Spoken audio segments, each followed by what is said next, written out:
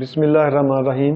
السلام علیکم عزیز طلبہ، کلاس فرسٹ ایئر شہریت political science, B S political science, B A political science کا جو ٹاپک ہے فیڈرل گورنمنٹ۔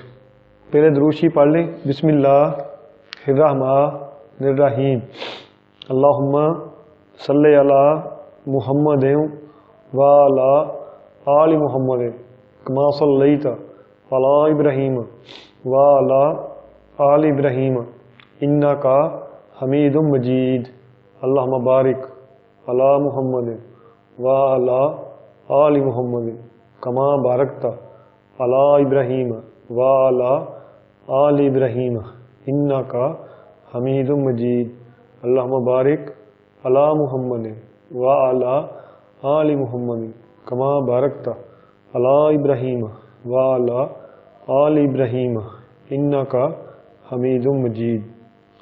تو عزیز طلبہ، آج ہمارا ٹاپک ہے فیڈرل گورنمنٹ۔ فیڈرل گورنمنٹ کو اردو میں وفاقی طرز حکومت کہتے ہیں، اور یہ فیڈرل لفظ جو ہے لاطینی لفظ فیڈیوس سے نکلا ہے، فیڈیوس سے نکلا ہے، جس کے معنی ہے سمجھوتا۔ اب فیڈرل گورنمنٹ کی جو تعریف ہے، اگر اختیارات صوبوں اور مرکز میں تقسیم کر دی جائیں تو اس کو کیا کہتے ہیں؟ Federal government. فیڈرل گورنمنٹ کی مختلف مفکرین چار بڑی خصوصیات لکھتے ہیں کہ جس کے بغیر فیڈرل گورنمنٹ کسی بھی صورت میں کامیاب نہیں ہو سکتی۔ سب سے پہلے آئین کی برتری۔ فیڈرل گورنمنٹ کے لیے آئین کی برتری ہونا ضروری ہے کہ کوئی بھی کام آئین کے تابع ہوگا، تب جا کے فیڈرل گورنمنٹ چلتی۔ اگر آئین کے تابع نہیں ہوگی تو وہ فیڈرل گورنمنٹ چاہے امریکہ کی ہو، چاہے برطانیہ کی ہو یا پاکستان کی ہو، وہ کسی بھی صورت میں نہیں چل سکتی۔ اس کے بعد عزیز طلبہ تقسیم اختیارات ہے۔ تقسیم اختیارات ہے فیڈرل گورنمنٹ کے لیے ضروری ہے کہ اکائیوں یعنی کہ صوبوں، ریاستوں اور مرکز کے درمیان جو ہے اختیارات کو تقسیم کر دیا جائے، اور وہ صوبوں کی میجارٹی کے ساتھ آپ اختیارات تقسیم کریں گے۔ اگر کوئی بھی صوبہ اس سے اتفاق نہیں کرتا تو وہ آپ اختیارات میں شامل نہیں کریں گے، کیونکہ جب کسی بھی صوبے کی میجارٹی جو ہے، ممبران کی میجارٹی، وہ اس چیز کو رد کرتی ہے تو وفاق کو چاہیے کہ اس کو رد کر دے۔ اس کے بعد ہے تحریری صورت میں۔ وفاقی حکومت میں تحریری صورت میں آئین ہوتا ہے۔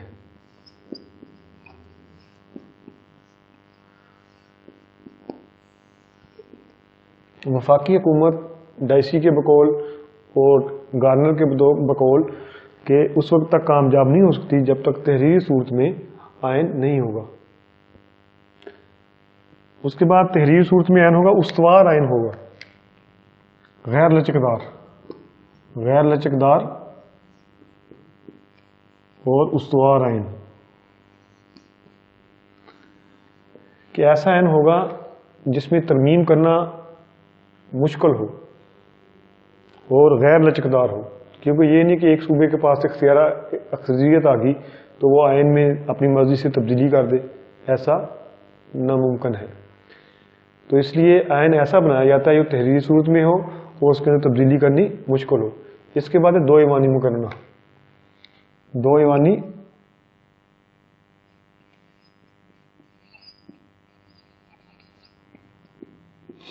کہ ایسی مقررہ ہوگی جو دو ایوانوں پر مشتمل ہو، ایوان زیریں اور ایوان بالا، ایک آبادی کی بنیاد پر اور دوسری جو ہے صوبوں میں مساویت کی بنیاد پر، ایکویلٹی کی بنیاد پر آپ جو اس کو تقسیم کریں گے۔ تو یہ عزیز طلبہ اس کی بنیادی شرط ہے۔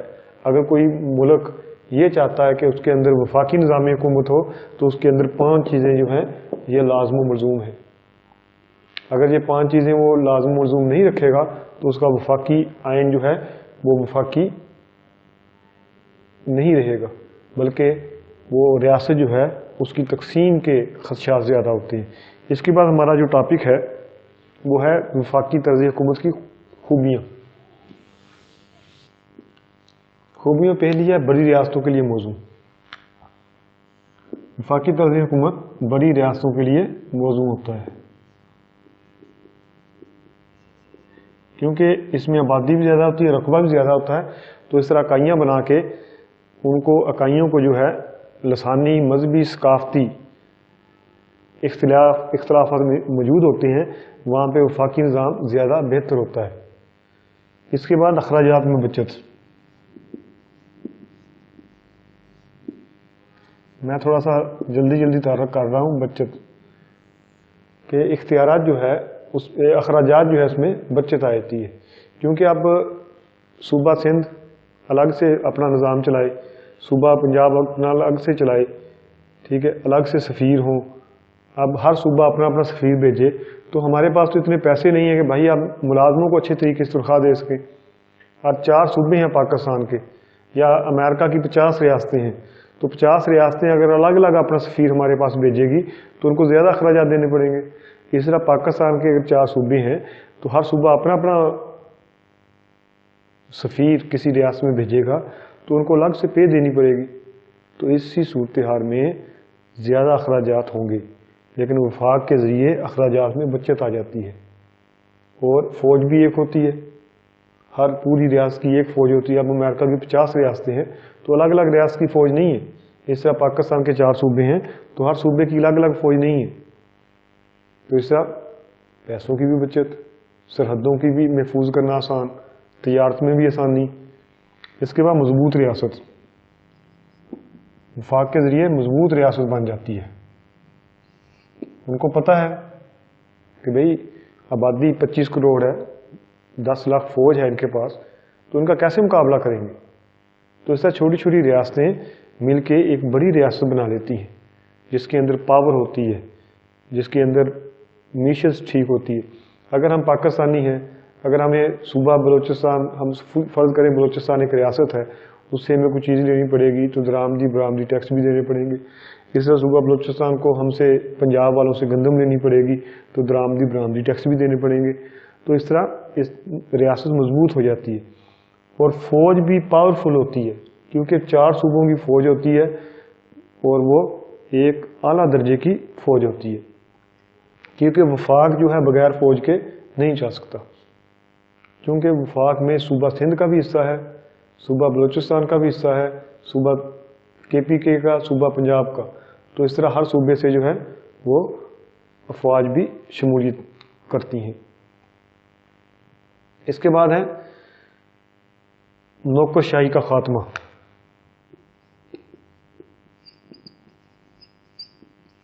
جب ہر صوبہ ہوتا ہے تو ہر صوبے کے اپنے اپنے وزیر ہوتے ہیں۔ اب صوبہ پنجاب ہے تو صوبہ پنجاب میں ہر محکمے کا ایک وزیر ہے، تو وہ محکمے کے وزیر نظام چلاتے ہیں، تو نوکرشاہی کا خاتمہ ہو جاتا ہے۔ DC AC اور سیکٹریز لوگوں کی وقت کم ہو جاتی ہے، وحدانی نظام حکومت میں نوکرشاہی کو عروج مل جاتا ہے، تو اس طرح نوکرشاہی کا خاتمہ بھی اس کی بدولت ممکن ہے، اور آسانی کے ساتھ آپ اپنا نظام چلا سکتے ہیں۔ سیاسی سوجھ بوجھ میں اضافہ۔ سیاسی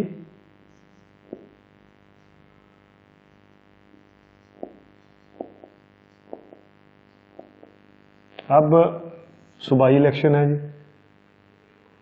وفاقی طرز حکومت میں دوہرا نظام ہوتا ہے، وفاقی نوعیت کے مسائل مقامی حکومتوں کے سپرد ہوتے ہیں،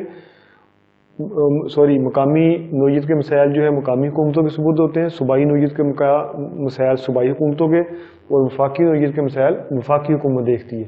تو اس طرح عوام کی سیاسی سوجھ بوجھ میں بھی اضافہ ہوتا ہے۔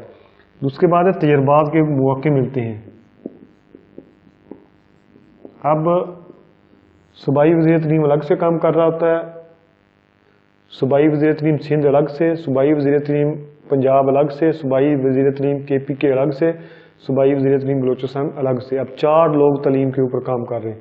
اس طرح ہمیں زیادہ سے زیادہ تجربات کا موقع ملتا ہے اور ہم زیادہ سے زیادہ عوام کے ساتھ منسلک رہتے ہیں۔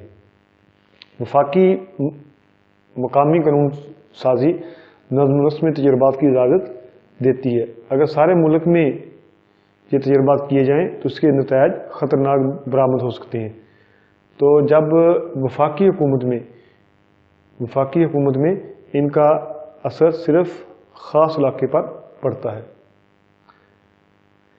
عالمی ریاست کا قیام، یہ بس پوائنٹ ہے، میں اس چیز سے متفق نہیں۔ اور عالمی ریاست کا قیام کہ اس طرح جو ہے ایک عالمی ریاست، بعض مفکرین کہتے ہیں کہ جی اس طرح ایک عالمی ریاست بن جائے گی، لوگ ایک دوسرے سے لڑائی جھگڑے نہیں کریں گے، ایک عالمی فوج بن جائے گی، لوگ پیار و محبت سے رہیں گے، تو یہ ناممکن ہے، ویسے مفکرین کا یہ خیال ہے۔ تو عزیز طلبہ، اس کے بعد ہم دیکھتے ہیں کہ وفاقی طرز حکومت کی خامیاں۔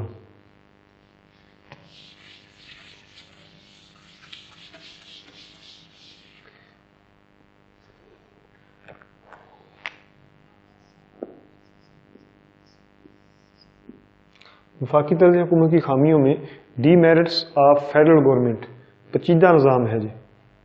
نظام کیا ہے جی؟ پیچیدہ ہے۔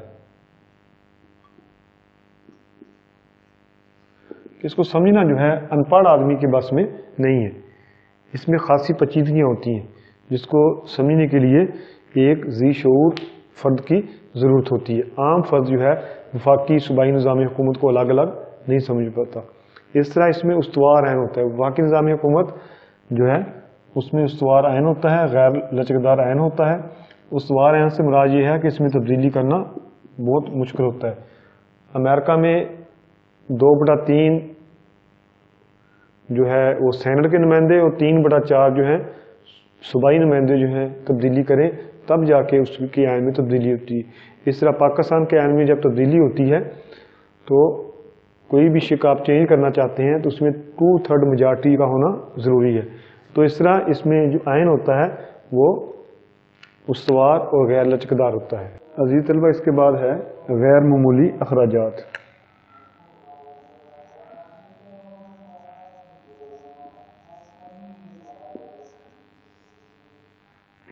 وفاقی حکومت کا ایک یہ بھی نقصان ہے کہ اس میں دوہرے اخراجات اختیار کرنے پڑتے ہیں۔ اب آپ دیکھیں کہ امریکہ کی 50 ریاستیں ہیں، تو اس کو 50 ریاستوں کی قانون ساز اسمبلیوں، قانون ساز اداروں، ان کی تنخواہیں، ان کے اخراجات برداشت کرنے پڑتے ہیں، اور ساتھ وفاقی حکومت کا بھی خرچہ برداشت کرنا پڑتا ہے۔ پاکستان عزیز طلبہ 4 صوبوں پہ مشتمل ہے۔ اب گلگت بلتستان کی اسمبلی بھی ہے تو 5 انتظامی صوبے۔ تو اس طرح غیر معمولی اخراجات۔ اب پاکستان میں وفاقی حکومت ہے، اس کے ساتھ 5 صوبائی حکومتیں ہیں، گلگت بلتستان کو آپ بھی شامل کر لیں۔ اب اس کی جو قانون ساز اسمبلی ہے اس کے ممبران کی تنخواہ، گاڑیاں، پولیس والے، یہ تمام کے تمام کیا ہیں جی ان کے ساتھ ساتھ ہیں۔ اگر صرف وحدانی نظام ہوتا تو ایک ہی قانون ساز اسمبلی ہوتی اور ایک ہی ممبران ہوتے۔ تو اس طرح دوہرا معیار۔ اب دوہرے معیار کا خرچہ کس کے اوپر آتا ہے عزیز طلبہ؟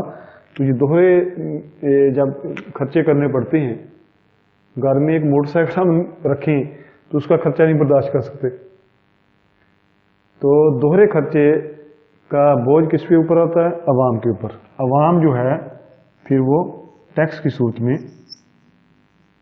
اب بجلی کا بل آپ دیکھ لیں 500 روپے کا ہوگا، 1000 روپے ٹیکس ہوگا۔ تیل پٹرول 50 روپے کا ہے، 50 روپے ٹیکس ہے۔ تو اسی طرح یہ ٹیکسز، صابن کی گاچی تو بہت دور ہے، صابن کی ٹکیا چھوڑیں آپ، ماچس کی ڈبی سے لے کے باقی ہر چیز جو اس کے اوپر آ رہی ہے پاکستان میں وہ ٹیکس دینا پڑتا ہے۔ تو اس طرح کے خرچے بڑھنے کی وجہ سے ہمارے اوپر، عوام کے اوپر ٹیکسز کا بوجھ پڑتا ہے۔ اس کے بعد عزیز طلبہ کمزور حکومت ہوتی ہے جی۔ کمزور حکومت کیسے؟ عمران خان صاحب بڑے اچھے لیڈر ہیں، کل ہی ان کا بیان آ گیا کہ میری تیاری نہیں تھی، کمزور حکومت۔ بھائی اگر آپ کی تیاری نہیں تھی تو عوام کو ضرور پیسنا تھا، پہلے تیاری کرتے، کام سیکھتے۔ اب مجھے کوئی آئی جی پنجاب لگا دے، میں کالج میں پروفیسر ہوں، تو تو آئی جی پنجاب مجھے کوئی لگا دے تو میں نے 5 سال تو مجھے یہ نہیں پتا چلنا کہ کام کرنا کیا ہے اور میرے نیچے ہو کیا رہا ہے. اسی طرح بھائی ملک کو کنٹرول کرنا ایک بڑا سمجھ بوجھ اور تجربے کا کام ہے. کمزور حکومت کیسی ہوتی ہے؟ وحدانی نظامی حکومت میں سب سے بڑی خوبی یہ ہے کہ اس میں مضبوط حکومت ہوتی ہے اور مرکز جو ہے اختیارات کا مالک ہوتا ہے. لیکن وفاق میں کیا ہوتا ہے؟ وفاق میں اختیارات کیا ہو جاتے ہیں؟ تقسیم ہو جاتے ہیں. مرکز یہ ہے، اختیارات کیا ہوتے ہیں؟ اکائیوں میں تقسیم ہو جاتے ہیں. آپ پاکستان کی مثال لے لیں تو یہ مرکز اسلام آباد ہے اور باقی صوبے یہ گلگت بلتستان ہے، پنجاب ہے، سندھ ہے، بلوچستان ہے ہمارا پیارا، اور اس کے بعد یہ ہمارا ہے KPK. تو آپ عمران خان کی حکومت ہے یا کوئی بھی وفاقی حکومت آئے تو اسلام آباد اور ان کے درمیان اختیارات تقسیم ہو جاتے ہیں. جب اختیارات تقسیم ہو جاتے ہیں تو اب کرونا کی صورتحال پہ آپ نے دیکھا ہوگا کوئی صوبہ کچھ بات کہتا ہے، وزیر اعظم کوئی بات کہتا ہے، وزیر اعظم کے وزیر کچھ بات کہتے ہیں، وزیر اعظم کوئی بات کہتا ہے. تو اس طرح حکومت کمزور ہو جاتی ہے کیونکہ اکائیوں میں ایک ہی موضوع پر متعدد قانون پائے جاتے ہیں، ایک ہی موضوع پر مختلف بیان آتے ہیں. ایک ہی موضوع پر جب مختلف بیان آتے ہیں تو عوام کیا جاتی ہے میرے بیٹو؟ تقسیم ہو جاتی ہے. عوام کے ذہن میں یار یہ بات آتی ہے، یار یہ آپس میں تو متحد نہیں ہے. تو یہ چیزیں جو ہیں حکومت کو کمزور کر دیتے ہیں. حکومت کے ساتھ ساتھ لوگوں کو لوگوں کے لیے پریشانی کا باعث بنتا ہے. اس طرح یہ حکومت کمزور ہو جاتی ہے. انتشار و خلفشار بھی بڑھ جاتے ہیں. اگلا ہمارا پوائنٹ جو ہے انتشار و خلفشار ہے. خلفشار کیسے بڑھ جاتا ہے کہ وزیر اعظم نے جو وعدے کیے ہوتے ہیں اکائیوں کے ساتھ، جو حقوق کے وعدے کیے ہوتے ہیں، اس کی وجہ سے صوبوں اور اکائیوں کے درمیان یعنی کہ اکائیوں اور وفاق کے درمیان جو ہے وہ ٹسر بن جاتی ہے. تو اس طرح مضبوط حکومت جو ہے اس کے اندر انتشار و خلفشار پھیل جاتا ہے. تو ملک جو ہے اس کے اندر نفاق کا خطرہ ہوتا ہے. کوئی اپنے صوبے کو بہتر بناتا ہے، کوئی اپنی زبان کو بہتر سمجھتا ہے. تو ایسے انتشار و خلفشار وفاقی حکومت میں پیدا ہوتے ہیں. عدلیہ کا آمرانہ رویہ. عدلیہ پاکستان ایک ترقی پذیر ملک ہے. اب کل کے بیان کے مطابق آپ دیکھ لیں کہ صدر پاکستان نے ریفرنس بھیجا ہے عدلیہ کو کہ جناب ہم سینٹ کے معاملے میں شو ہینڈ کریں یا پرچی سسٹم کریں. اب عدلیہ جو ہے وہ فیصلہ کرے گی. اس کی وجہ کیا ہے کہ عزیز طلبہ ہم شہریت کے دوسرے چیپٹر میں یہ بھی پڑھیں گے کہ عدلیہ کا کون کون سا کام ہے.